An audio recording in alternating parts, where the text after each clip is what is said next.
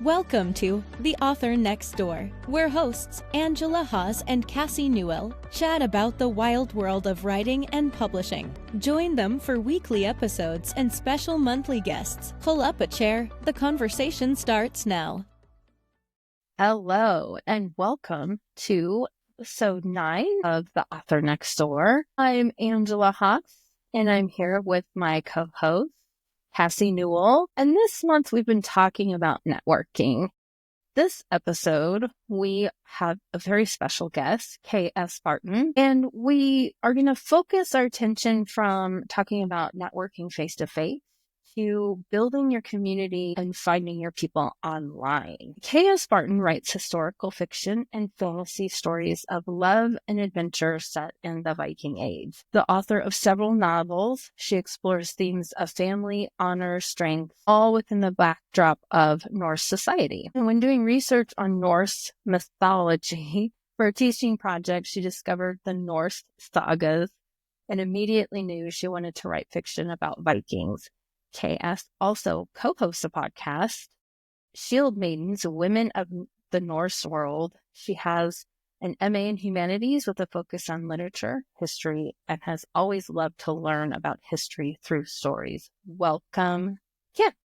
Thank you, Angela. Hi, Cassie. Have you? I'm sorry I couldn't say that word Norse. Isn't that amazing how some words, like, I kept wanting to say North, but it kept coming out weird. I wanted to bring you on, Kim, because it's safe to assume you're a little introverted. Is that correct? Just from, and I don't want to be like, oh, she's an introvert. No, when I've done the Myers-Briggs, I'm like 90% on the introvert scale. Right.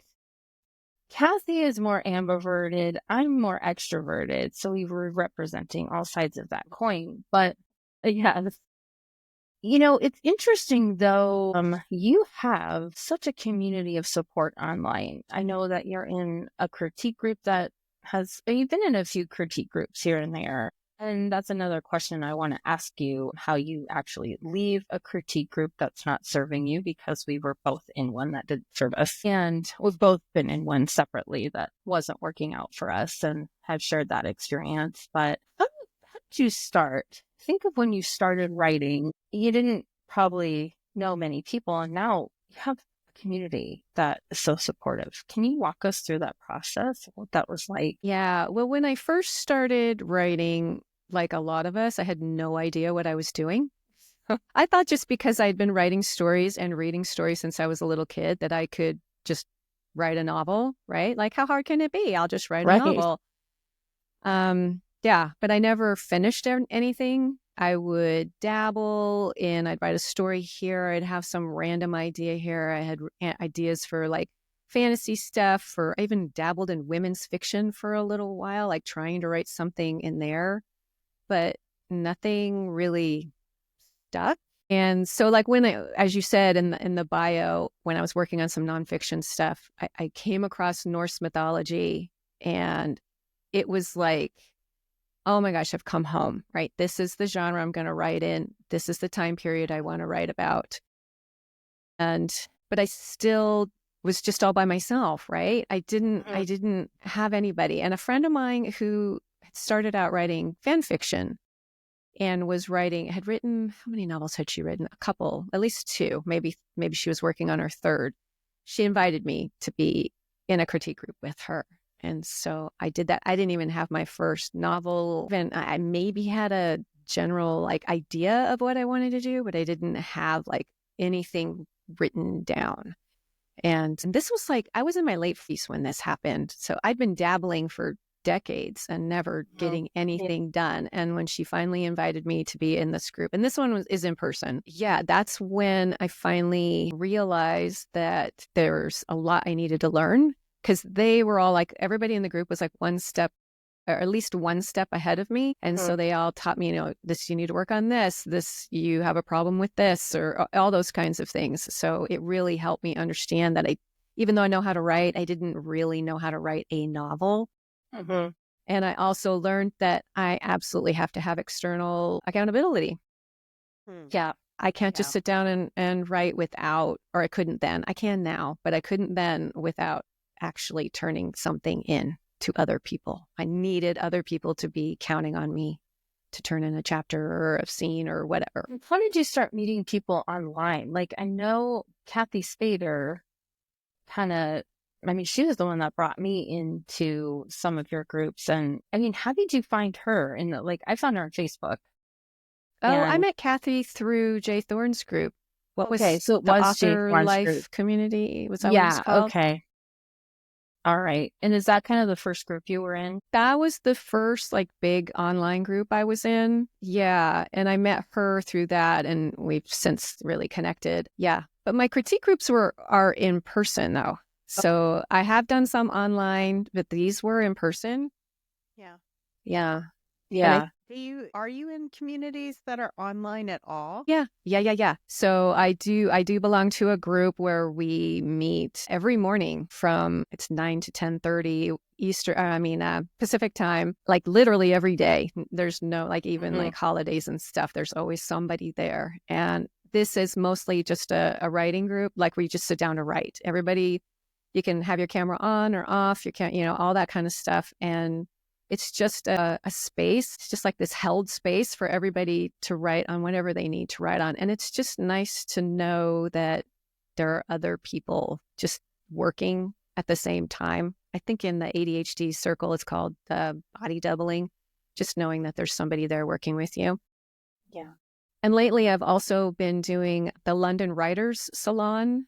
They have a paid membership, but they also have a free one where you can join these writers' hours. And I've been doing one in the morning. It's 50 minutes of writing. And at first, everybody and there's 250 people in that particular hour. And everybody gets in and kind of in the chat, you tell everybody, hey, I'm from this place. And then they read an inspirational quote. And then at 5 minutes after the hour, everybody just starts working on whatever you're going to work on. And then at 5 minutes till the hour, they break and just kind of check in, how have you been? Have you been, has you been productive? And that's actually really great too. Even just that short 50 minutes, at least for me, if I have a time limit, I can focus a lot better. Yeah. I think just having people, I know when I'm driving in a car and I see someone jogging on the side of the road, I'm I've got to exercise today.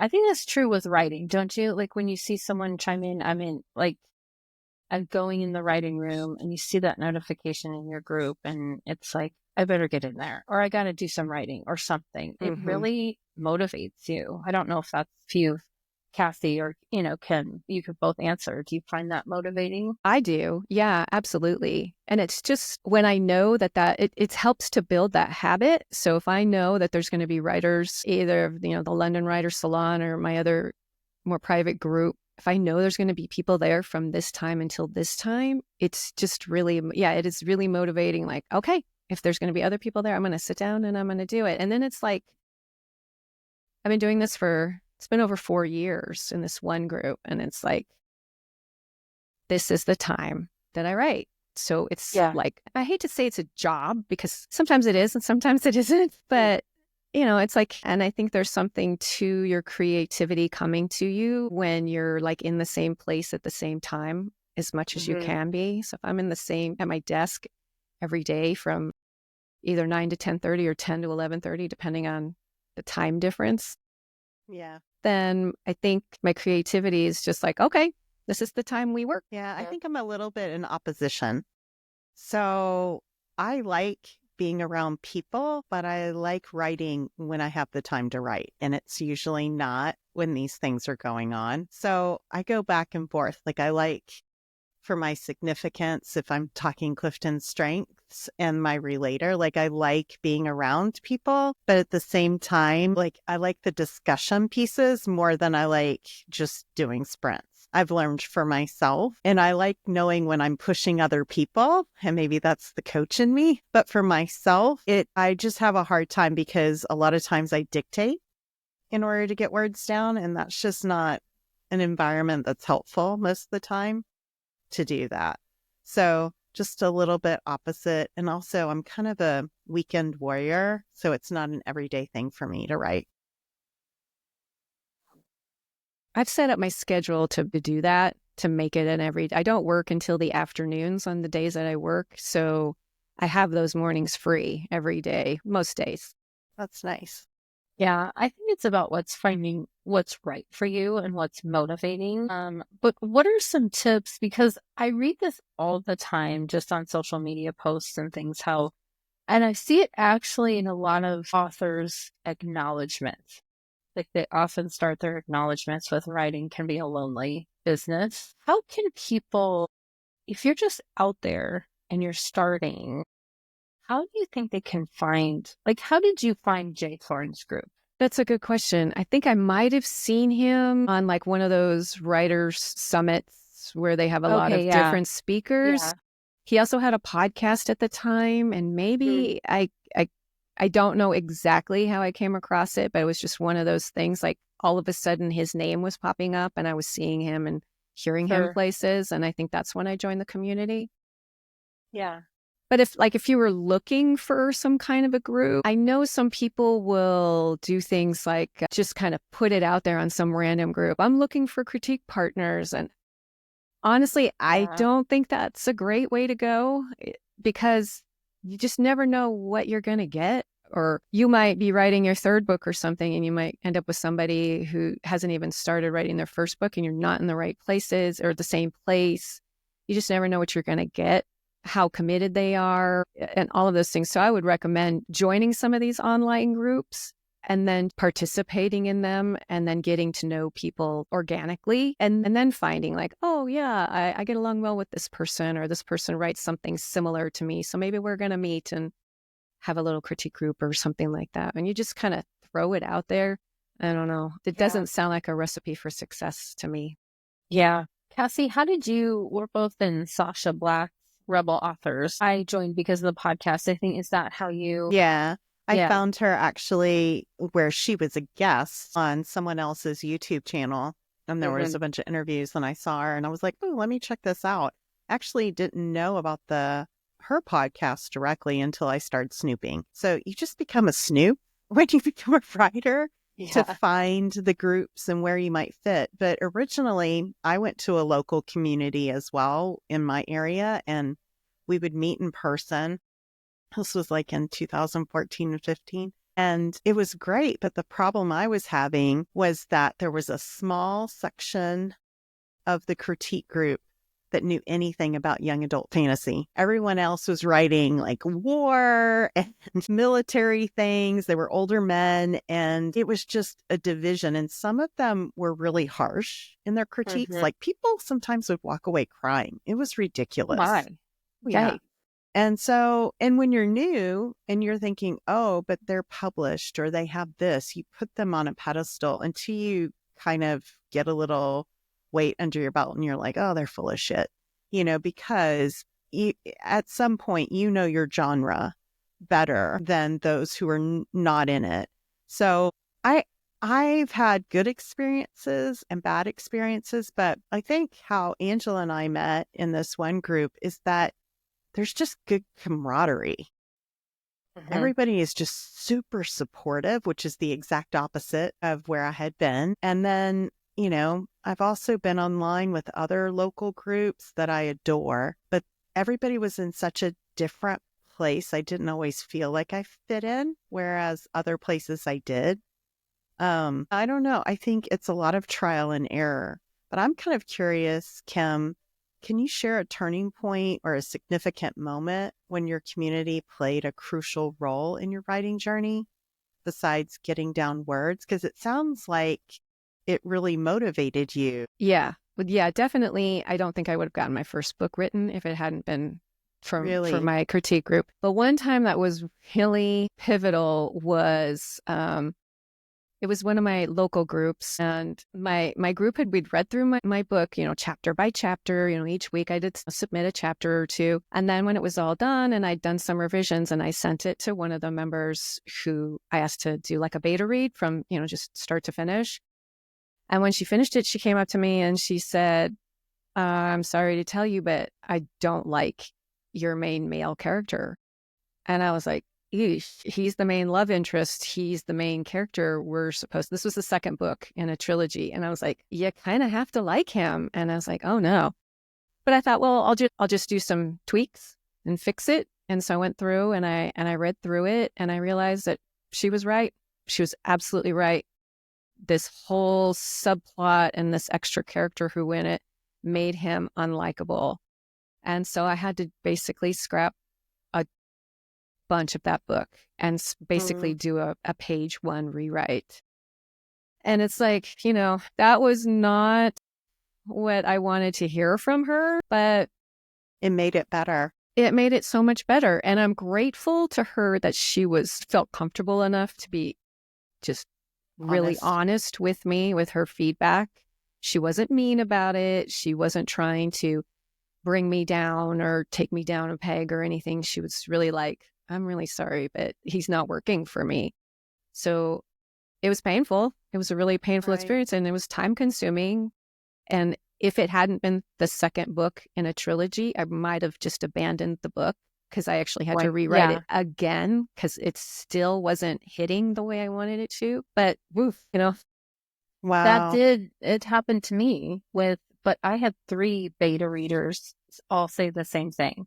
Because one said that they didn't like a male character. And I was like, oh, you're just not seeing that he's this and this. And then the other one came in and said, I don't like this character. The other one, I hate this guy. And then that's part of when you're a writer, you have to kill your darlings, right? We have to let go. And they're still readers. Your beta readers are representing readers. And so sometimes you can get so much great feedback just from people like that. I rewrote it. I liked him so much more after the rewrite. But I will say, for any listener who's in a beta reader group, I was in a group and one person was giving such mean feedback. Like, you have to take constructive criticism, but there's a way that you can give feedback so that it doesn't sound hurtful. And you should always start with something positive. Like, I just love this about this story. This really resonated me. Even if you hate the whole story, find something positive, then you can come in with like, here's what didn't work for me, and then start that way. But I've had people like, oh, I hated this. This was terrible. And you're just like, excuse me, that shuts down all communication. So for listeners, as beta readers, you've got to find a way to give feedback that keeps the communication open and that gets your point across. But Cassie, did that ever happen to you where you had a beta reader give you feedback that you just weren't expecting or weren't really, and then it helped the story? Sometimes. With the local group, it was interesting because I knew which critiques I would immediately ignore and which ones I would accept. You kind of get in that kind of frame. I've worked more with writing coaches, which I kind of look at as part of my community in the same vein, because I'm turning in pages and working through outlines with them and things like that. I think working with you, Angela, as my alpha reader has helped me a lot too. And some others where I was working on these short romances and they were like, okay, the smexy times can't happen this soon because why do I need to read the rest of it? I've got to have the conflict. And I was like, oh my God. So yeah. And you can't see the forest for the trees sometimes when you're writing your own story. Yeah. I find it interesting because I've tried to build communities from scratch too. Like I've tried, like during my more young adult fantasy time of writing, I was trying to find that crew, right? And trying to get them into a community. And I find that to be super difficult. I find it easier to join communities that are already established. Kim, is that kind of where you've gone, is already established communities, or have you built your own? No, I've gone to already established communities. I'm not a build your own community person. Yeah. I'm the introvert helper who likes to just kind of, go along and let somebody else be a leader and take the lead and start things. Yeah. Every group I've been in has started by somebody else. Are they genre specific for you? Because I know when we were talking about the Norse mythology, like you had talked about going to a group, a friend had invited you to another group. And I'm just curious, were they specific to the genre or research you were doing in which you joined those groups? Or have you been at free-for-all communities, or like, what is it? Can you describe it? Because I think new writers are always like, where do I go first? Right? I'm working with somebody right now who's more genre specific, but my other groups have all been a mix. And my longest running critique group, one of the writers does paranormal romance, the other does horror romance, and the other does urban fantasy, YA urban fantasy. And so there's a mix. And I think it helps to know someone's genre, but I don't think it's necessary. I think if you're all like, you have similar goals, or if you're in like maybe this, you have, especially with the group, like my group setup rules, nobody's doing any line editing or anything like that. We're looking at big structural issues. Like, oh, the last chapter you had your character do this, and like this, now they're doing this and it's completely out of character, or, big things like that. Or this isn't making sense, this is confusing me, or things like that. We're not nitpicking. But at the same time, I don't read a ton of romance. So when the romance writers in my group, when there's something where I'm like, this isn't hitting with me, I'm like, is this because it's a genre specific thing? Then I'll ask. I'll be like, okay, like this, whatever it might be, I'll ask them. I'm like, is this a romance thing? Like I've read enough romance to know like the major beats, and I've even read Romancing the Beat before. And just like I've read enough to kind of not be completely in the dark, but sometimes I'll just flat out ask them, is this a romance specific thing that you're doing, or a trope or something? And I'm just not liking it because it's just not my jam. So we do that. And sometimes I've had to say that with them too, like, no, historical fiction readers are okay with this, or something like that. Right. You have written a romance. I have? Isn't that what? I'm sorry. I love it. No, I'm kidding. Yeah. Which one are you talking about? Isn't it In Her Shoes? On Her Shoes? On Her Toes. On Her Toes. Yes, the 80s. It's actually primarily a coming of age book, but the romance is pretty heavy. Yeah. It has a lot of the romance beats. I mean, yeah. Yeah, I was like, I'm sorry. I think you're a romance writer. Well, it's cool because of the 80s too. So it was so like, loved the nostalgia of it. Being a Gen Xer, Thank you. I just loved it. Was a nice palate cleanser after writing about Vikings to just like, I'm just going to write something completely different in a completely different time period. A time period I'm well familiar with. It was just football in it. I mean, I think it's a sports romance too. That was so cool. Yeah, it was fun to write. It was easier to write than the Viking stuff because the research was easy. One, I just remembered a lot of stuff, and two, it was super easy to just do a search of who was on the cover of Tiger Beat magazine in such and such month of 1984. Oh my gosh, I love it. I used to tear those pages out, write on my wall. Yeah. Tape on the wall. Yes. Yeah. I had a big crush on Emilio Estevez, but we can't talk about that later. I don't know why. I watched Young Guns and I was like, that's it. I'm going to marry this man. I mean, obviously, it didn't work out. But anyway, back to the community building. So what do you think? Because you can find like your people, but how do you know when it's not your people?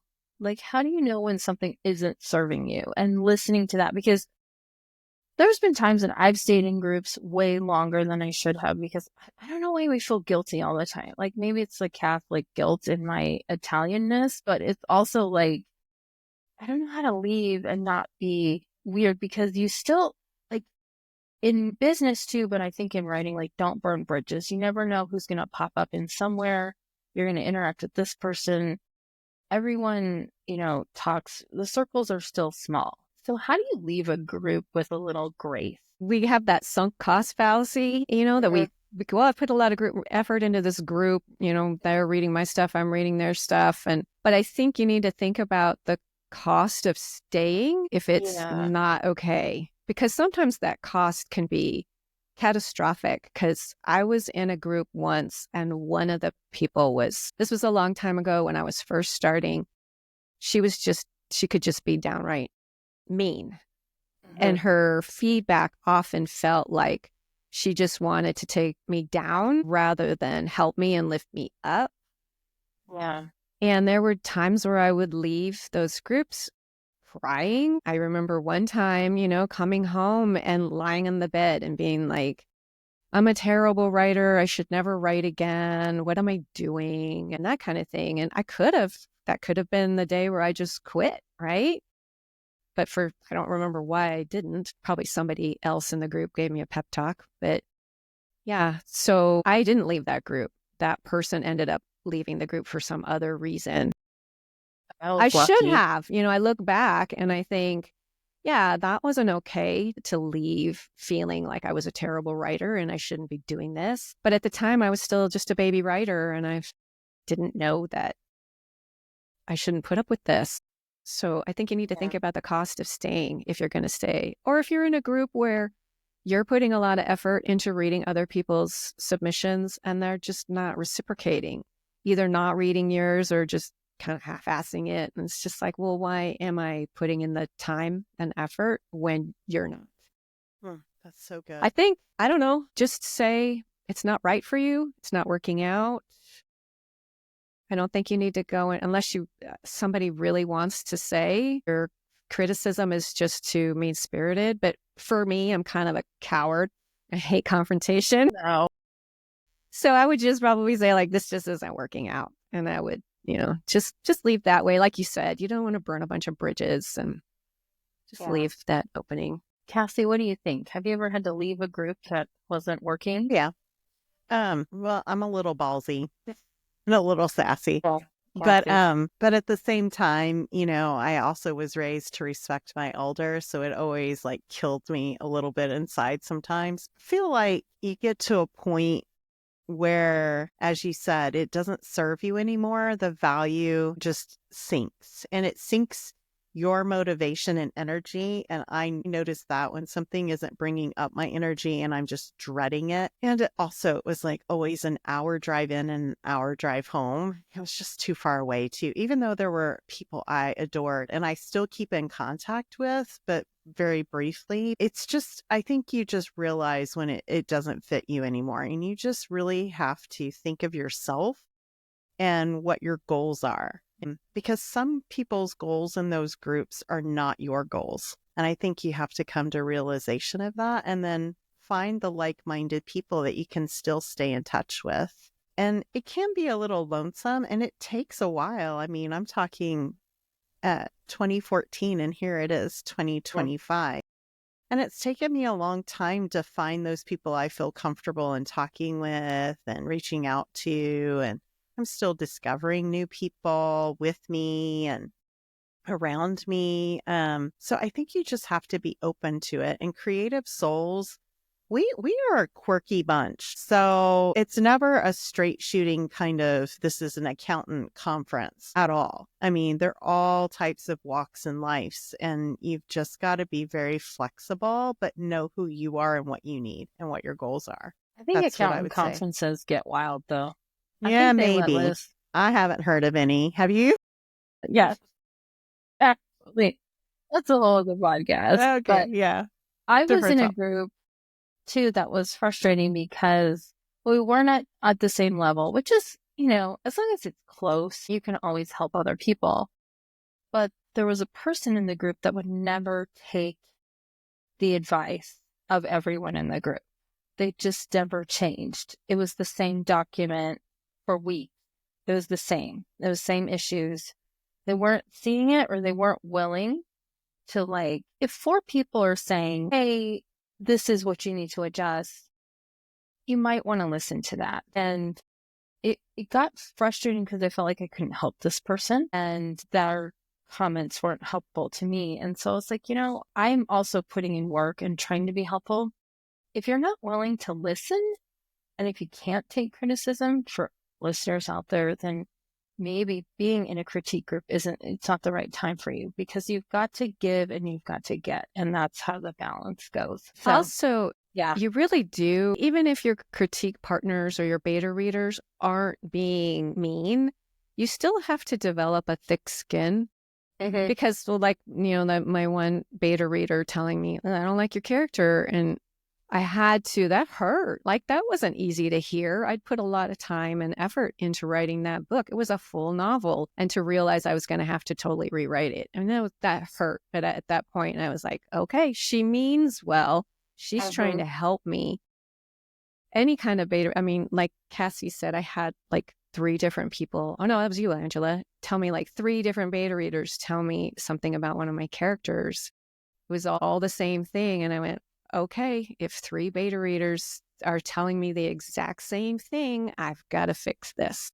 And you do have to develop a thick skin. Like, mine's not super thick. Like, I don't read my reviews. I have my husband do that for me. I actually ask him, like, ask him if he sees a pattern. Like, if a lot of people are complaining about this, I want to hear about it. So far, he hasn't said anything, but I can't read it because I know, like, reading one bad review or even like a mediocre review will throw me off the rails. I know for my own mental health, I can't read reviews.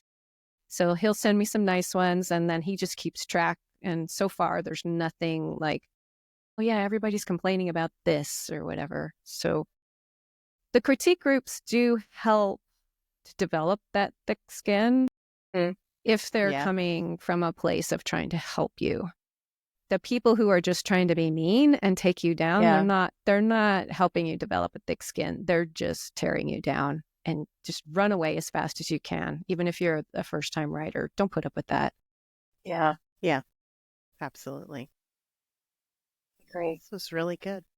Just important. I think networking can be difficult in person or online. And I think it's almost harder online because when you're communicating online, a lot of times you're just reading posts, messages. You don't have immediate feedback, facial cues. You're not able to, sometimes I've read something quick and taken it the wrong way and then had to go back and be like, sometimes it was not a great message, but other times it's like, gosh, I think I just took this the wrong way because it didn't have that feedback.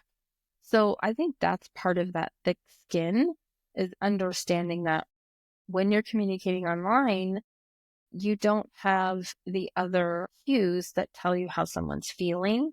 You don't get immediate feedback and you're not hearing their tone of voice. So, make sure that, you're being respectful, but also that, you can just kind of handle interacting in this way. It's a little different. I don't know if you feel that too. That's one thing I had to get used to because I'm better at face-to-face sometimes. Sometimes I've struggled online only, because you just don't have those other interactions. Yeah, I think it's a lot harder for people to be meaner when you're face to face. I don't know. That one person in that one group. Yeah, me too. I had a few that were very ballsy regardless, but I do think it takes a lot for people to be a little meaner directly. And one way you can find groups too, because when I was starting out and I was new where I'm currently living, I actually got on an app to see, it's called Meetings or something. And I would just go there to see for publishing, and you just take a chance and show up. So if you don't know other writers yet, because you're just fiddling with the idea, this is how you find local things. So I just wanted to throw that out there. And Facebook, as much as it's a love-hate with Facebook, the algorithm is pretty good. If it notices you're posting things about writing or liking things about writing, it will recommend certain groups, and that's sometimes a jumping off point to find people. I think listening to podcasts and seeing if that person has a Patreon that you can subscribe to, and a lot of times they might have a group that comes with that. That's another way to find groups. I think it's important. I think we all need support in this journey. It's just finding the right one for you. And one thing I would add is that, especially if you're just starting out, don't allow somebody to change your voice and what you want to say. Because sometimes people are like, well, here's what I would do. And it's like, well, this isn't your story. This is my story. And Sometimes it's like, yeah, I need to fix that or this, but sometimes people in groups start wanting to tell you how to fix things. So they like want to write the book for you. And I know it's hard when you're first starting out. The longer you do this, like I'm really secure in my voice and what I want to say in my books now. So nobody's gonna convince me to do something that's just way off base. I can see it when somebody's like wanting to rewrite it because that's the way they would do it. But when you're just starting out, it's hard to find that distinction between somebody just trying to give you some help and somebody like, here's how I would write it because I want you to write this book the way I would write it, and you lose your voice. Yeah. Yeah. I mean, that happened to me because I had no self-esteem. So I was just I was listening to everyone because I figured, well, they've been doing it longer, so they're probably know better than me. But then I ended up having to write a whole book because I lost my way completely. I didn't know which was me and everyone else's advice. And once I stuck to the advice that, again, like when 3 people said the same thing, that's when I started to listen. But I had to trust myself that I know what a good story is. And this is the story I would want to read. And sometimes that's the only barometer you have. So you just have to trust yourself that you know more than you think you do, and don't give it away. So that's a great point. It's a really good point. Well, thank you. It's the time in the show where we get to know you at a different now level. I'm scared. Those are table topics. Sometimes I said it wasn't like Cards Against Humanity. Okay, well, hey, I had no control. The table topics have spoken, and this is the question. What's your favorite dirty word and why? Hey, we're romance writing. I'm going to make this an explicit podcast for my work. Word. Dirty word? Like a curse word? Kind of dirty? It just says dirty word. I mean, whatever comes to you. Honestly, the first word that comes to mind is fuck. Me too. That's the first word. I say it too much probably. And yeah. I don't use it in my Viking book because I don't think they said it, even though the sentiment was probably there. Is there a Viking curse word that you can leave us with so that if we're in a meeting, we can use the Viking version and not embarrass ourselves? I've used the one that's coming to mind is, I think I don't know how it would be pronounced, Sipill, Sipill. It just means like a fool or an idiot. Okay. He's Sipill. I'm going to use that. Okay. I'm going to put that in my arsenal. Okay, so Cassie, I think that's probably... Yeah, the F-bomb is probably my favorite. And I noticed my older adult children use it in the vernacular. It's like descriptive. It's an emotive word. And yet I'm a romance writer, so I write about it. Right. It's got all the glorious rainbow meanings, And at the same time, it's almost a joking thing as well. It's an easy word to throw in as an adjective in so many things. So yeah, that would be me. It was like the F-bomb is definitely the one. And it's funny, I go in seasons too, where I say it way more than I should. And then I won't cuss at all. It's funny how that works out.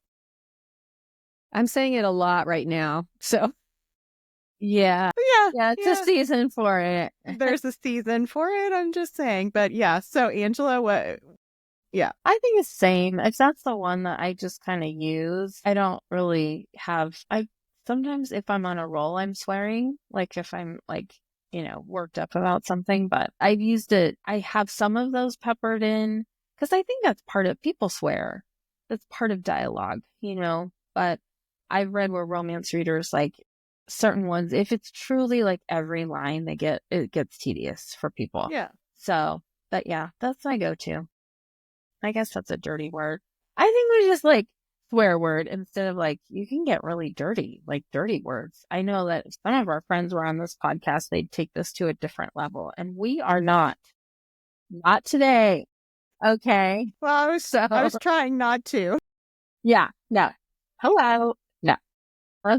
That's a fun thing about like reading and watching British stuff. Yeah. Yeah. Yeah. It's part I of the know. vernacular. It's descriptive. It's emotive. It's a way to drive. It's like all the Right. things. No, when I first started listening to Sasha Black's podcast, she just started swearing and dropping the F-bomb. And I was like, people just, wow, you just swear. I don't even hear it anymore. Like it's No, not anymore. I'm not even like, shocked from my kids to everything. Now, if they had spoken that way in front of my grandparents, I would have been looked at very horribly. And actually, my own parents, I was like, can you tone it down just a little? And they're like, it's got to be me. And of course, my parents at their age now, just whatever. And I'm like, wait a minute. Like, I remember being thrown down the stairs for saying shit. So, yeah, it's a crazy world, but we didn't swear in our household. Not at all. Mine either. yeah. Yeah. No. That's why we do it now. Well, excellent talk today, ladies. Thank you so much for joining us. Thank you for having me. Yeah, thank you. It was It's so lovely, fun. Kim. Thank you. Listeners, don't forget to give us a review and rating wherever you're listening to the podcast. It really helps us. It'll make us like you, and that's worth a lot. Next week starts a new month where we talk about the dreaded M word. That's a dirty word, marketing. Yeah, we're going to dive right in. So thank you. Until next time, keep writing, keep creating, keep going. Thanks for joining today's episode of The Author Next Door. Be sure to like, follow, and tell us your thoughts of this week's episode. Angela and Cassie would love to hear from you.